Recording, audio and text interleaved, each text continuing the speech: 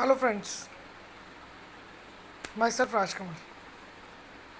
काम के बाद शेयर करूंगा आपके साथ। फ्रेंड्स, कई बार आप कोई शेयर खरीद लेते हैं और वो 2, 5, 7 रुपये ऊपर जाता है, फिर वापस से जिस बाइंग रेट पे आपने लिया था उससे नीचे आ जाता है 1, 2 रुपये, 2, 4 रुपये।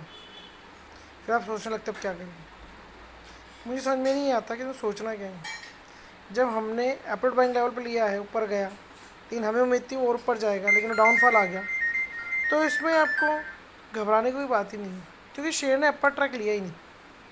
मैं आपको समझाता हूँ कि मैं क्या समझाना चाह रहा हूँ। जैसे कि विकास लाइफ केयर, एफसीएस सॉफ्टवेयर, और मान लीजिए रत्न इंडिया पावर, और भी कई शेयर है, जैसे मान लीजिए जेपी पावर। अभी इन लोगों ने थोड़ी सी चाल ली और वापस डाउनफॉल पे आ गए। उनमें से कुछ थोड़ा सा अपर ट्रैक पे और कुछ जिस लेवल पे थे उसके आसपास आ गए। लेकिन फ्रेंड्स, मैं आपको 2, 3 शेयर्स का एग्जांपल देता हूँ। एनएचपीसी, एसजेवीएन, आईआरएफसी, और उसके अलावा एक दो शेयर और जो एचबीएल पावर। आपने देखा होगा, जैसे सुजलोन, इन शेयर्स में क्या हुआ, इंडिविजुअल चाल आई।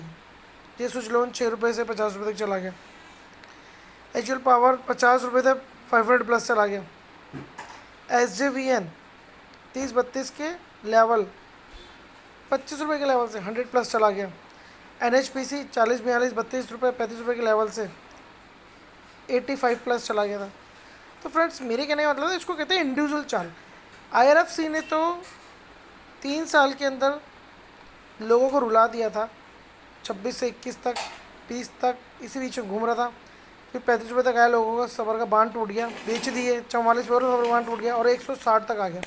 अगर किसी बंदे ने 2, 3 साल सबर रखी, लेकिन उस सबर को उसने थोड़ा सा और कंटिन्यू किया और अभी तक भी सबर लिया हुआ है, तो शेयर 160 रुपये तक आ गया था और अभी भी 100 प्लस ही चल रहा है। यानी कि 130 लेवल्स या 140 के लेवल्स या 150 के लेवल्स के आसपास। मुझे आज करंट रेट मालूम नहीं है, इसलिए मैं आपको इस तरह से बोल रहा हूँ।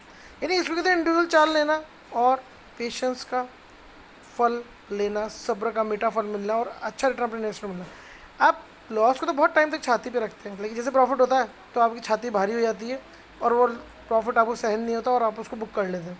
लेकिन मैं कहता हूँ, अगर आपने लॉन्ग टर्म का सोचा है तो लॉन्ग टर्म को सोच के चलिए। शेयर नीचे जाए, ऊपर आए, ज़्यादा सोचिए मत।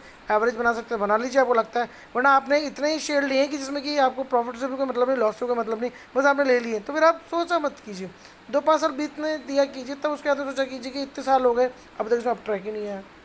आप समझ रहे हैं मेरी बात को मैं क्या कहना चाह रहा हूँ। Thanks for watching. मेरी बात को समझिए, सब्सक्राइब कीजिए। पैसा बनेगा, बनता है, लेकिन थोड़ा सा समझना पड़ेगा कि कैसे बनता है। Have a nice time.